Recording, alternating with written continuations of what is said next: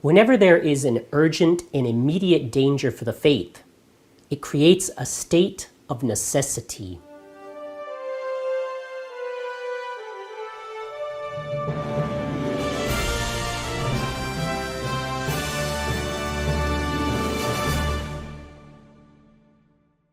It seems that since Vatican II, a Catholic is constantly compelled by necessity to have to choose between truth and apparent obedience, between being called a heretic or a schismatic. This extraordinary situation in which a Catholic finds himself today is an effect of the terrible crisis shaking the Church from top to bottom. It is a state of affairs that is neither ordinary nor regular. It creates a state of necessity. The faith is seriously and gravely threatened by the new catechisms, by the sermons, by the Catholic media, and notably by the so-called Catholic press, by the ecumenical initiatives which spread religious indifferentism, by the new liturgy, particularly the new rite of the Mass, etc. The danger for the faith engenders a state of necessity. Souls have the right to receive from the clergy the necessary aids for salvation, especially doctrine and the sacraments. The fact that it is made difficult, if not impossible today, causes within the Catholic Church a state of necessity. The principle of a state of necessity appears several times in Holy Scripture.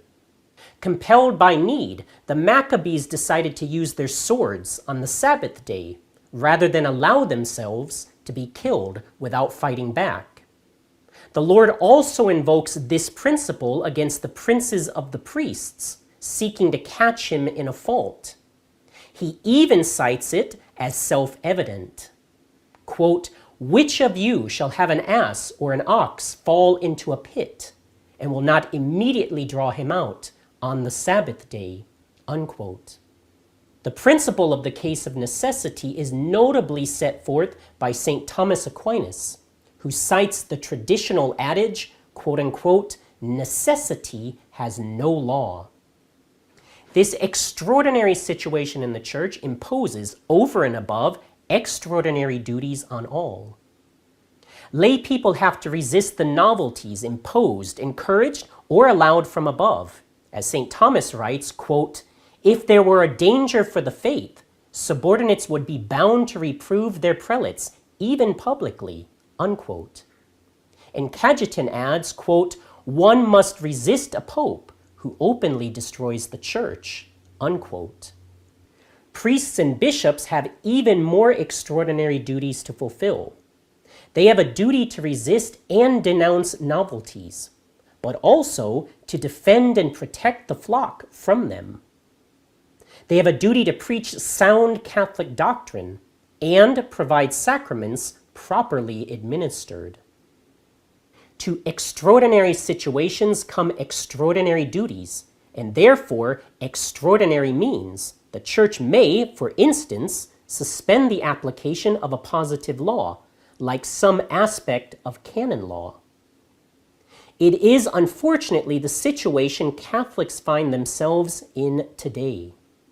For further understanding and insight on this question, we recommend watching the DVD Archbishop Lefebvre, a documentary, which can be found at angeluspress.org. Another great source we recommend is to read Is Tradition Excommunicated?, also available at angeluspress.org. To learn more, go to sspx.org and subscribe to our email list.